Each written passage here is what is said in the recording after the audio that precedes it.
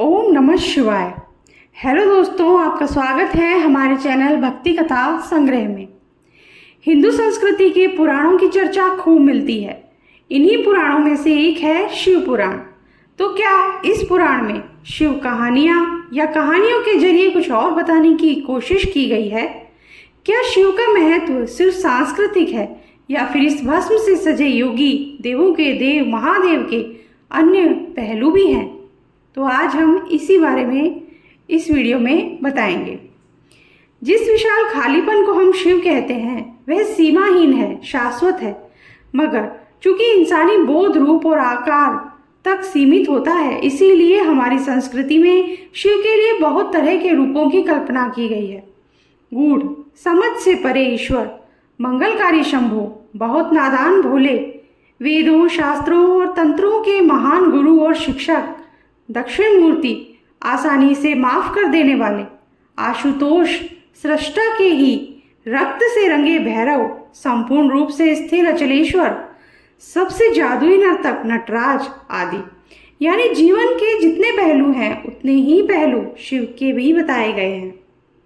आमतौर पर दुनिया के ज़्यादातर हिस्सों में जिस चीज को लोग देवी या ईश्वरीय मानते हैं उसे अच्छा ही दर्शाया जाता है। लेकिन आप शिव पुराण को ध्यान से पढ़ेंगे तो आप शिव की पहचान अच्छे या बुरे के रूप में नहीं कर सकते हैं। शिव की शख्सियत जीवन की पूरी तरह विरोधाभासी या विरोधी पहलुओं से बनी है।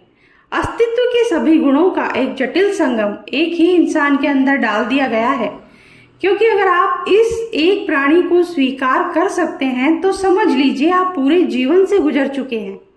जीवन के साथ हमारा सारा संघर्ष यही है कि हम हमेशा यह चुनने की कोशिश करते हैं कि क्या सुंदर है और क्या नहीं, क्या अच्छा है क्या बुरा है।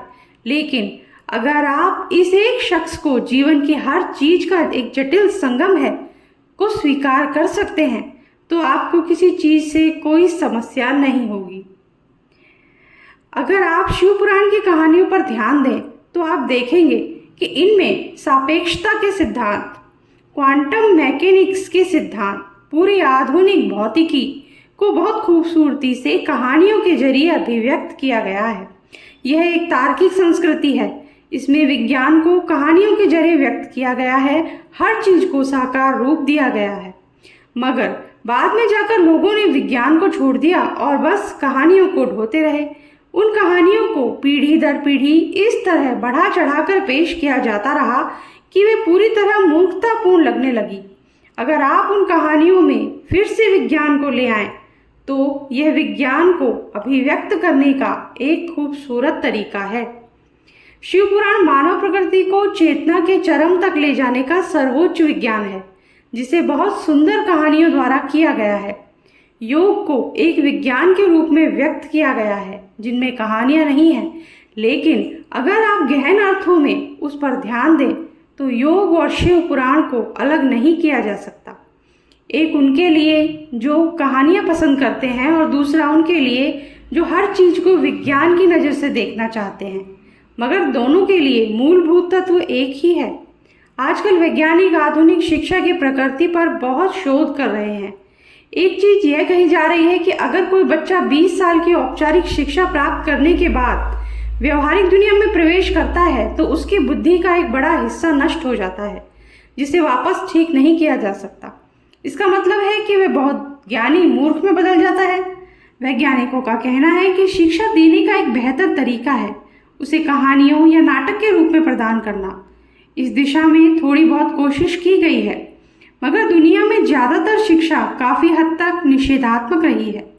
जानकारी का विशाल भंडार आपकी बुद्धि को दबा देता है जब तक कि वह एक खास रूप में आपको दिया न जाए। कहानी के रूप में शिक्षा प्रदान करना बेहतरीन तरीका होगा। इस संस्कृति में यही किया गया है। विज्ञान के सर्वोच्च आयामों को बहुत बढ़िया कहानियों के रूप में दूसरे लोगों को सौंपा गया है। इसी के साथ हमारा आज का वीडियो हम समाप्त करते हैं। अगर आपको अच्छा लगा हो तो जल्दी से लाइक कर दीजिए और अगर हमसे कोई त्रुटि रह गई हो तो माफ़ कीजिएगा। चैनल को सब्सक्राइब कर दीजिए, बेल आइकन प्रेस कर दीजिए ताकि हमारे आगे आने वाले वीडियोस भी आप तक आसानी से पहुंच सकें। Thank you. जय शिव शंभू।